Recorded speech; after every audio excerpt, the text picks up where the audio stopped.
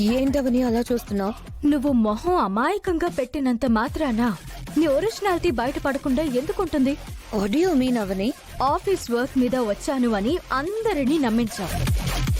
ఊరి కోసం నువ్వు కూడా కష్టపడుతున్నావు అని కూడా నమ్మించావు. వాళ్ళు నీ మొహం చూసి నమ్ముతున్నారు.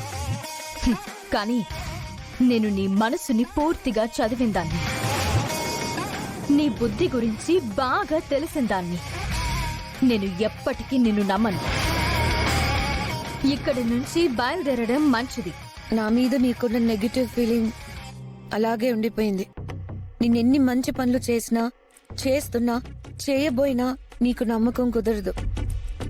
మీ ఊరు గురించి, మీ కుటుంబం గురించి ఎంత తాపత్రయపడుతున్నా ప్రతి క్షణం నువ్వు నన్ను అపార్థం చేసుకుంటూనే ఉన్నావు. ఇంకాపు నీ నాటకాలు.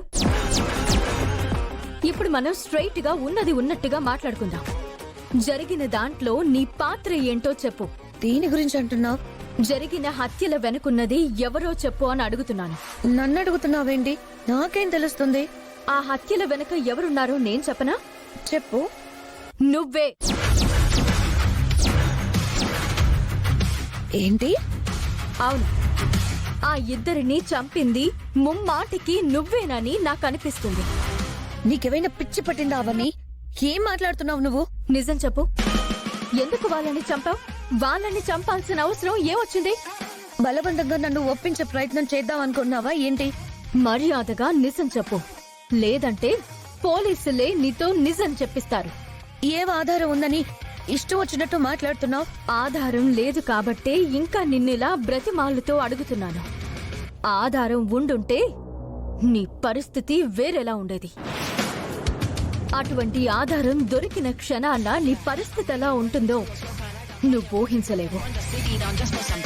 అప్పుడు నీ డబ్బు, నీ పరపతి, నీ పలుకుబడి ఏవి నిన్ను కాపాడలేవు. తప్పు చేసిన వారు దైవం నుంచి, నా నుంచి, చట్టం నుంచి తప్పించుకోలేరు. చట్టం వరకు కూడా అవసరం లేదు. ఈ ఊరి జనమే నిన్ను కొట్టి కొట్టి చంపుతారు.